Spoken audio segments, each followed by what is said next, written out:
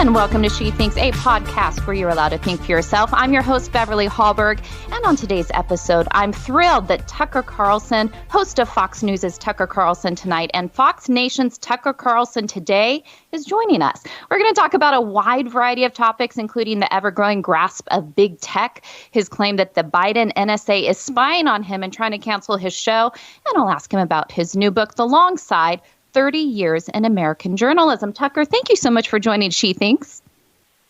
Oh, it's an honor to be here. Thanks for having me, Beverly. I actually want to start with your book. You have a new book coming out on August 10th. For those interested, they can go ahead and pre-order that. It is called The Long Side, 30 Years in American Journalism. I just wanted to know, how has journalism changed in the 3 decades that you've been working in it?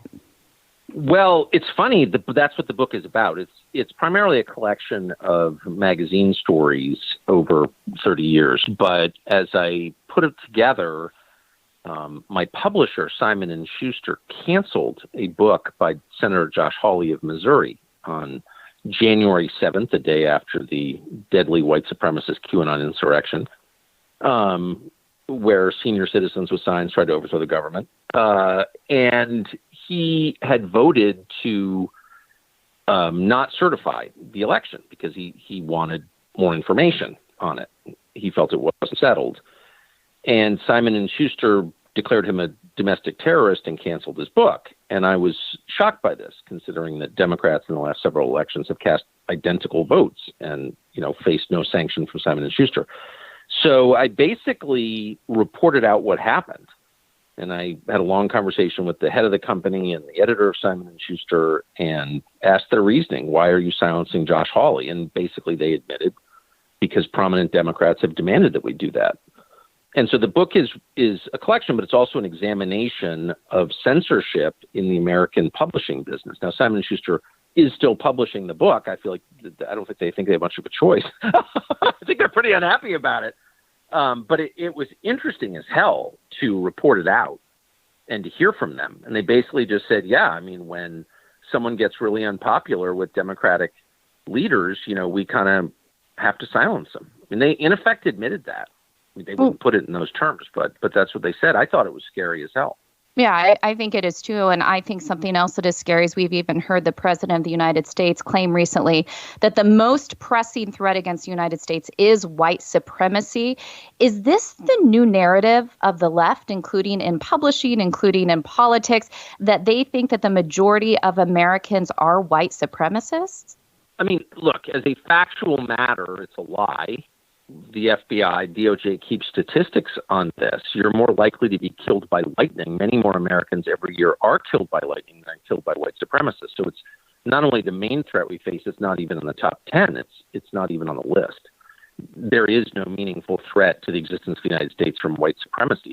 That's just a flat out lie. Why are they saying it? They're saying it because they're reorienting the war on terror, and they're focusing it on American citizens, on opponents of the regime, on people who didn't vote for Joe Biden. So if you did vote for Biden, or if they think you're going to vote for Biden, you can burn Wendy's to the ground and loot Macy's, and you're a civil rights demonstrator, and it's, you're looting as reparations. But if you don't vote for Biden, if you complain about election results, and the FBI, brings you in for questioning or throws you in solitary confinement, as many protesters from that day still are. So, this is a terrifying assault on civil liberties. The Republican Party's done nothing to protect its own voters from this, to their eternal shame. And it's happening in front of us, and nobody is saying so, but that's exactly what's happening.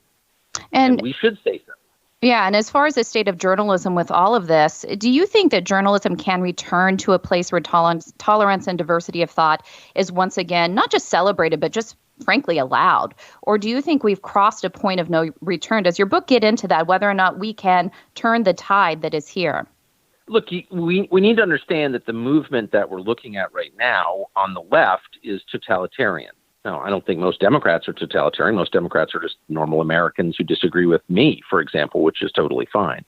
But the people in charge are totalitarian. They don't want another side. They want total uniformity. They want everyone to read from the same hymnal and at gunpoint, and they mean it. And so that's not liberalism. I am a liberal in the most basic sense. I believe in diversity and diversity of views and of life experiences and of opinions. So they don't believe that at all. And until we recognize that the conversation is just very different from the one that we had even 10 years ago, where we, kind of debate about how much money to spend on infrastructure or the military or, what tax rates ought to be. That's not the debate we're having now. We're having a debate about whether we continue with a free society or not. And, I'm just a talk show host. I just watch and then say what I think about it. But people with actual power, say Mitch McConnell, the minority leader in the Senate, don't seem to understand or care about what is actually happening. And that's the most frustrating part, because their job is to protect their voters. I mean, this is a representative democracy. They're supposed to represent the people who voted for them and the people who didn't, by the way, but they're not. And so that's kind of my daily frustration. I mean, I don't really understand why they're refusing to rise to the defense of Americans. And something I think Americans are questioning among themselves is whether or not they should speak out. You talk about just being a talk show host and you just say what you think, and you have plenty of criticism across the board against you. I think the question I have is, how do you personally handle that? I know even your wife went through a scary situation a couple years ago where people came to your actual home. What is that like for you? And what do you say to other Americans? Because I do think it's going to require Americans standing up and speaking out, which we have seen when it comes to critical race theory and school boards. We are seeing parents speak out. But what encouragement do you give to them? Because you deal with this on a day-to-day basis. Well, I really don't. I mean, I don't, I've never really been bothered by criticism from people I don't respect. I mean, if I get home and my wife looks at me askance, I'm crushed by it. I really care what my wife thinks. I love my wife. I've been married for 30 years, and her opinion is really important to me. If my children are mad at me, it's devastating to me. If I have a rift with a friend or my brother, I mean, these are massive events in my life. But if, some New York Times columnist or some douche at the Washington Post doesn't like me, like, what do I care? I mean, I honestly couldn't be as interested in their opinion because I don't respect them. And I mean it. And you often hear conservatives say, oh, the New York Times is liberal and, we shouldn't care what they think, but they really do care what they think. And the second the New York Times calls them racist, they do the bidding of the New York Times. Why are you letting people of bad faith who hate you control your behavior and your attitudes? I think it's just the weirdest thing I've ever seen. Decide whose opinions you care about, pay very close attention to those opinions, change your behavior accordingly, and then screen out everything else. Like, why are you giving emotional power to your enemies? Honestly, I think it's bizarre. I don't get it. And the racism thing is just a pure cudgel. Of course they don't. They have zero interest in helping black people. They run Detroit and Chicago. So, the argument, is settled at that point. If you run Chicago, you clearly don't care about black lives. Dozens of black people were shot this weekend. So, we know that they don't mean what they say. So why do we care what they say about us? And I really don't. And I'm not just saying that. It's not a pose. I'm not pretending, I don't care. I really don't care. Why would I? Well, it seems that it's not just the New York Times that is coming after you. It is also the NSA, the National Security Agency. You made a recent claim on your show this week saying that the NSA is spying on you and trying to remove your show from air. You've went ahead and issued a FOIA request, a Freedom of Information request, to try to get access to the records. Frankly, I doubt that will come soon, if at all. So my question to you is, what proof do you have? I know this is a whistleblower that alerted you to this. Are we going to see that proof anytime soon? Well, I think we already have. I mean, my statement, it wasn't an allegation, it's a fact, is that the NSA read my email. And I know that because I was told the contents of my private email by someone who did not receive the email. So, I mean, that's a factual statement. They read my email. And they haven't denied it. The Biden administration has not denied it. They've never... so their current line is, well, you must have been emailing someone bad or something. Well, first of all, I can email any person I want. I'm an American citizen. Okay. If you think I commit a crime, charge me with a crime. Otherwise, buzz off and stay out of my email. It's none of your business who I'm emailing, actually. I'm a 52-year-old man. I'm a taxpayer. I'm trying not to use the F word here, but that's how I feel. Like, what? Right. Business who I'm emailing. I'm not fomenting revolution or committing a crime. And again, if you think I am, charge me. But they won't. So, yeah, they read my email. And I think that's an outrage. Well, it's illegal. nobody else is outraged by it. Oh, well, that's the way things work. No, it's not. It's a crime. And even if you can find some legal justification that passes muster, in court, if some judge signs off on it, it's still indefensible. I'm an opposition journalist. I oppose the administration loudly every day, and they're reading my private email. Then that's not a problem for you? What kind of country do you want to live in anyway? And I think we know. They want to live in an authoritarian country where you don't have a right to have private thoughts or express them to other people in email or verbally. I mean, of course, that's the society they want. That's the society they're making. And I completely reject that. I think I don't want my kids to live in that country. I don't want to live there myself, and I'm going to fight against it, period.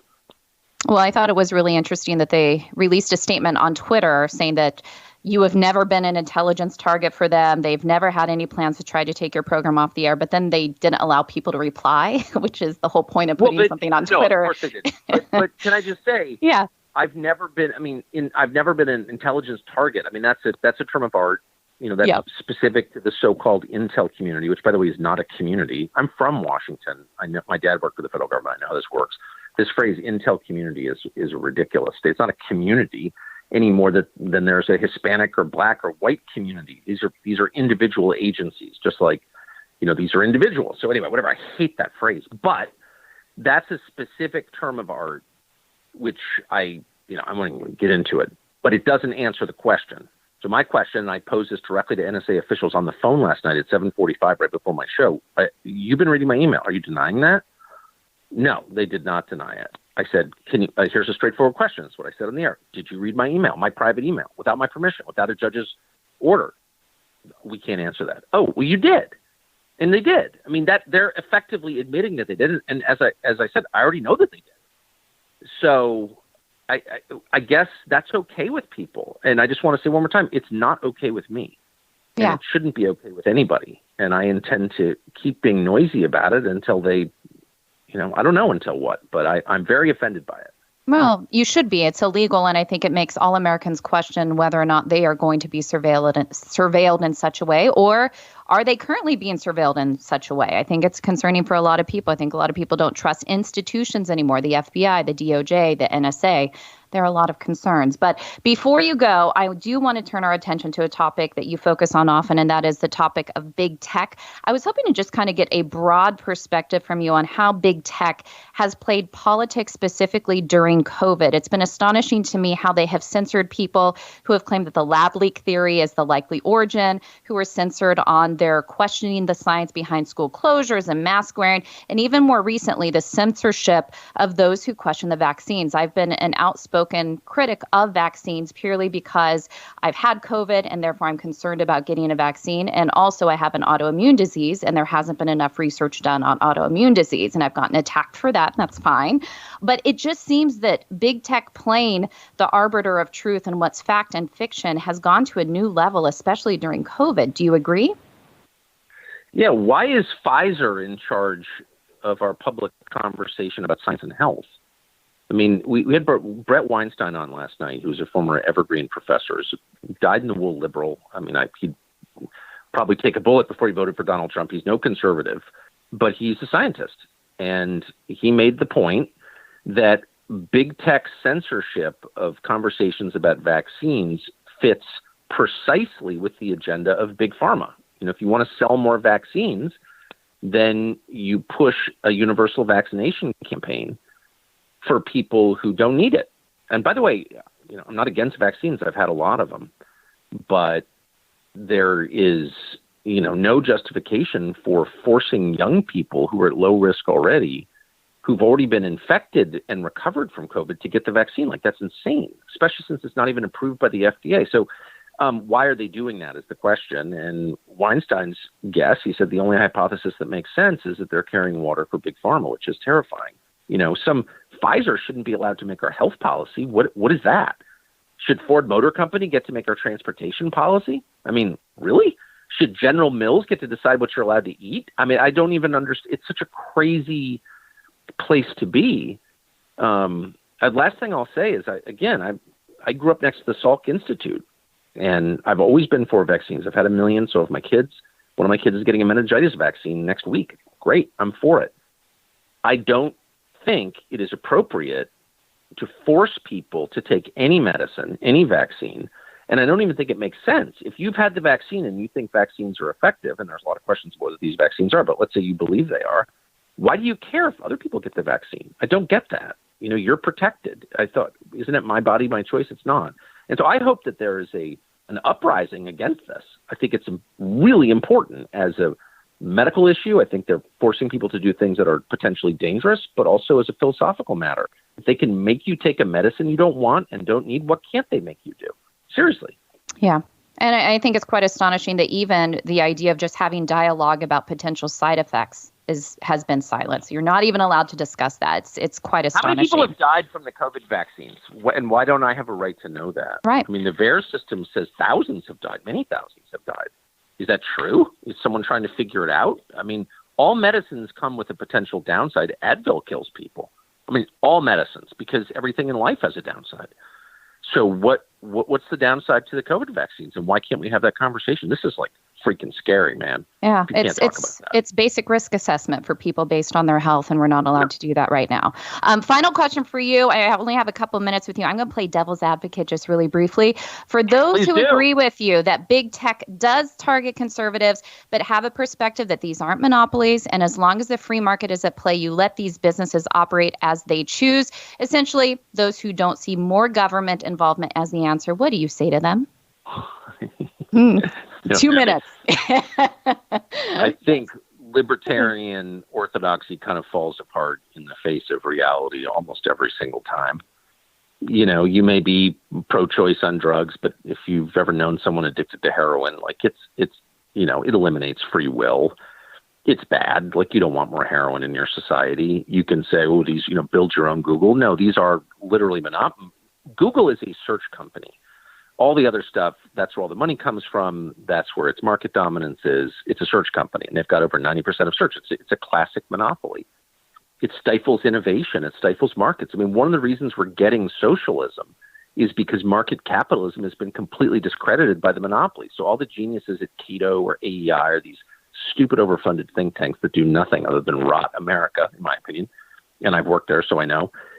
They have done more to bring us socialism than Antifa has, as far as I'm concerned, because they're backing a system that is self-discrediting. Like, there's nothing free about our markets. It's rigged, obviously. And so if you care about market capitalism, if you like our system, then you want to reform it so we can preserve it, as Teddy Roosevelt did. But they're too short-sighted and dumb for that, unfortunately. Well, I so appreciate that you always speak your mind. And I think there's something that we can all learn from, not being afraid of what people say about you. Say what you think, get it out there. You do that every night on your show on Tucker Carlson Tonight. And I want to encourage people once again to get the book. It comes out August 10th alongside 30 Years in American Journalism. Tucker Carlson, thank you so much for joining She Thinks. Oh, man, thank you for having me, Beverly. I really appreciate it. And thank you for joining us. Before you go, Independent Women's Forum does want you to know that we rely on the generosity of supporters like you. An investment in IWF fuels our efforts to enhance freedom, opportunity, and well-being for all Americans. Please consider making a small donation to IWF by visiting iwf.org/donate. That is iwf.org/donate. And last, if you enjoyed this episode of She Thinks, do leave us a rating or review on iTunes. It does help. Also, we'd love it if you shared this episode and let your friends know where they can find more She Thinks episodes. From all of us here at Independent Women's Forum, thanks for listening.